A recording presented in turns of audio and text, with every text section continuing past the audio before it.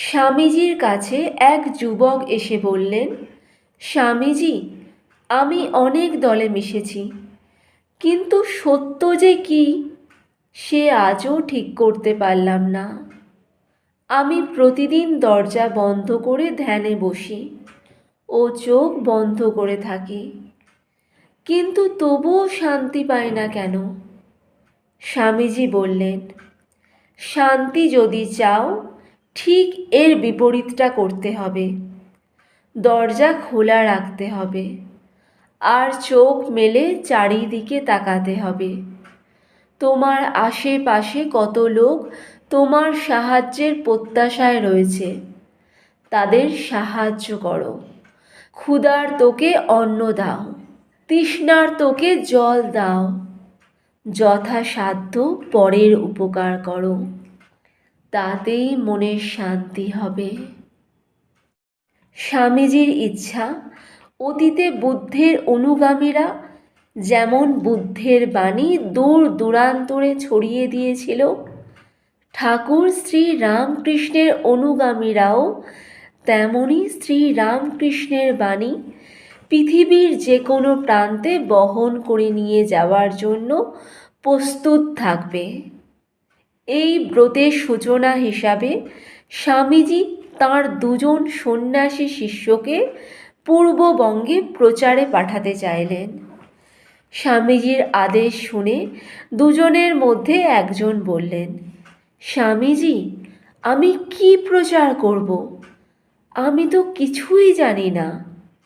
স্বামীজি বললেন, তবে যা তাই বলগে, ওটাও তো একটা মস্ত বড় কথা। শিষ্যের তবুও আপত্তি। তিনি তপস্যার অনুমতি চান। কাজে নামবার আগে তিনি সাধন ভোজন করে সিদ্ধিলাভ করতে চান। শিষ্যের ইচ্ছের কথা শুনে স্বামীজি গর্জে উঠলেন, বললেন, তুই যদি নিজের মুক্তির জন্য সাধনা করতে চাস তো তুই জাহান্নামে যাবি। পরমার্থ লাভ করতে হলে পরের মুক্তির জন্য চেষ্টা কর।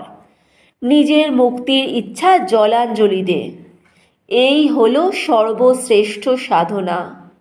তারপরে একটু নরম হয়ে বললেন, বাবারা, কাজে লেগে যা, মন প্রাণ দিয়ে কাজে লেগে যা। এই হচ্ছে কাজের কথা। ফলের দিকে দৃষ্টি দিবি না। যদি অপরের কল্যাণ করতে গিয়ে নরকে যেতে হয়, তাতেই বা ক্ষতি কী?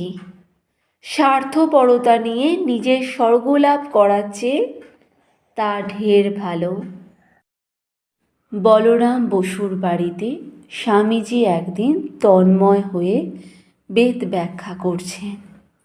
উপস্থিত আছেন শিষ্য শরৎচন্দ্র চক্রবর্তী এবং গিরিশচন্দ্র ঘোষ। তাঁরা মুগ্ধ চিত্তে শুনছেন স্বামীজির যুক্তিপূর্ণ সরস ব্যাখ্যা। কিছুক্ষণ পরে গিরিশ ঘোষ বললেন, নরেন, একটা কথা বলি। বেদ বেদান্ত তো ঢের পড়লে, কিন্তু এই যে দেশে ঘোর হাহাকার, অন্নাভাব, ব্যভিচার, মহাপাপ, এর উপায় তোমার বেদে কিছু বলেছে? অমুকের বাড়ির গিন্নি এককালে যার বাড়িতে রোজ 50খানা পাত পড়ত, সে আজ 3 দিন হাঁড়ি চাপায়নি। অমুক বাড়ির ভদ্রমহিলা গুন্ডাদের আক্রমণে মারা গেছেন। অমুক বাড়ির বিধবার সমস্ত সম্পত্তি একজন চুরি করে নিয়ে নিয়েছে। এই সবের প্রতিকার করবার কোনো উপায় তোমার বেদে আছে কি? গিরিশবাবু যখন এইভাবে একের পর এক সমাজের বিভীষিকার ছবিগুলো তুলে ধরতে লাগলেন, স্বামীজি তখন নির্বাক হয়ে গেলেন। বেদ ব্যাখ্যা বন্ধ হয়ে গেল। তাঁর চোখে জল দেখা দিল। কান্না চাপবার জন্য স্বামীজি ঘরের বাইরে চলে গেলেন। তখন গিরিশ ঘোষ শরৎচন্দ্র চক্রবর্তীকে বললেন, দেখলি কত বড় প্রাণ! তোর স্বামীজিকে কেবল বিতজ্ঞ পণ্ডিত বলে মানি না, কিন্তু ওই যে জীবের দুঃখে কাঁদতে কাঁদতে বেরিয়ে গেল, এই মহাপ্রাণতার জন্য মানি। চোখের সামনে দেখলে তো মানুষের দুঃখ কষ্টের কথাগুলো শুনে স্বামীজির হৃদয় করুণায় পূর্ণ হয়ে উঠল। বেদ বেদান্ত সব কোথায় উড়ে গেল। বিদেশ থেকে ফেরবার পর অসুখে বিসুখে স্বামীজির শরীর খুব দুর্বল হয়ে পড়েছিল। ডাক্তারদের নির্দেশে স্বাস্থ্যোদ্ধারের জন্য তিনি গেলেন দার্জিলিংয়ে।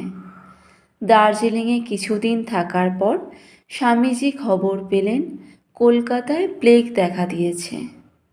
দার্জিলিং থেকে ম্যাকলাউডকে লেখা একটি চিঠিতে স্বামীজির সেই সময়কার মনোভাব জানা যায়। স্বামীজি তাকে লিখেছেন, আমি যে শহরে জন্মেছি সেখানে যদি প্লেগ এসে পড়ে তবে আমি তার প্রতিকার কল্পে আত্ম উৎসর্গ করব বলেই স্থির করেছি। যখন খবর এলো কলকাতায় সত্যি প্লেগ দেখা দিয়েছে, স্বামীজি একটুও দেরি না করে কলকাতায় চলে এলেন। এসে দেখলেন প্লেগে যত না মানুষের মৃত্যু হয়েছে তার চেয়ে বেশি দেখা দিয়েছে মানুষের মনে আতঙ্ক। দলে দলে মানুষ প্রাণের ভয়ে কলকাতা ছেড়ে চলে যাচ্ছে। মানুষের মনে সাহস দেবার জন্য স্বামীজি জনসাধারণের মধ্যে ঘোষণাপত্র বিলি করে জানালেন, রামকৃষ্ণ মিশন তাদের পাশে আছে। তাদের সেবায় মিশন অকুণ্ঠিত চিত্তে অর্থ ও সামর্থ্য নিয়োগ করবে। এছাড়াও স্বামীজি স্থির করলেন জায়গায় জায়গায় প্লেগ আক্রান্তদের জন্য সেবা কেন্দ্র স্থাপন করবেন। কিন্তু তার জন্য অনেক টাকার প্রয়োজন। কোত্থেকে আসবে টাকা? একজন গুরুভাই এই প্রশ্ন করলেন। স্বামীজি তৎক্ষণাৎ উত্তর দিলেন, কেন? দরকার হলে নতুন মঠের জমি জায়গা সব বিক্রি করব। আমরা ফকির, মুষ্টি ভিক্ষা করে গাছতলায় শুয়ে দিন কাটাতে পারি। যদি জায়গা জমি বিক্রি করলে হাজার হাজার লোকের প্রাণ বাঁচাতে পারা যায় তো কিসের জমি? প্রয়োজনীয় অর্থ অন্য সূত্রে এসে যাওয়ায় শেষ পর্যন্ত অবশ্য মঠ বিক্রি করতে হয়নি। কিন্তু কত বড় মহাপ্রাণ ছিলেন স্বামীজি, তার পরিচয় আমরা এই উক্তিতেই পেলাম। এই বেলুড় মঠ স্থাপনের জন্য তিনি কি প্রাণপাত পরিশ্রমই না করেছেন। হৃদয়ে রক্ত মোক্ষণ করে তিল তিল করে অর্থ সংগ্রহ করে এই মঠ গড়ে তুলেছেন। কিন্তু আর্ত মানুষের দুর্দশা যেই দেখলেন অমনি সেই মঠ বাড়ি বিক্রির কথা বলতে একটুও বুকে বাজল না স্বামীজির। স্বামীজি দ্বিতীয় এবং শেষবারের মতো পাশ্চাত্যে এসেছেন। আমেরিকায় একদিন তিনি একটি নদীর ধারে বেড়াচ্ছেন। হঠাৎ চোখে পড়ল কয়েকটি যুবক সাঁকোর ওপরে দাঁড়িয়ে জলে ভেসে থাকা কয়েকটা ডিমের খোলার দিকে গুলি ছুঁড়ছে। বারবার চেষ্টা করছে, কিন্তু একবারও পারছে না। দাঁড়িয়ে দেখতে দেখতে স্বামীজির মুখে মৃদু হাসি ফুটে উঠল। যুবকদের একজনের তা চোখে পড়ল। স্বামীজিকে চ্যালেঞ্জ করে সে বলল, কাজটা যতটা সহজ দেখাচ্ছে ততটা সহজ নয়, দেখি তো আপনি কেমন পারেন।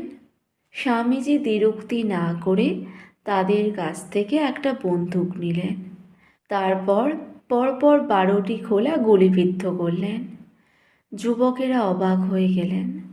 তারা ভাবল ইনি নিশ্চয়ই বহুদিন ধরে বন্দুক ছুঁড়েছেন।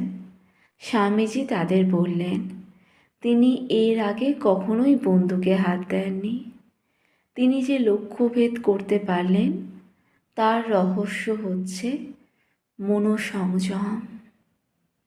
হিতবাদী পত্রিকার স্বনামধন্য সম্পাদক পণ্ডিত সখারাম গণেশ দেউস্কর স্বামীজির সঙ্গে দেখা করতে এসেছেন। সঙ্গে আরও দুজন ভদ্রলোক। সেই দুজনের মধ্যে একজন পাঞ্জাবি। পাঞ্জাবে তখন তীব্র খাদ্য সংকট চলছে।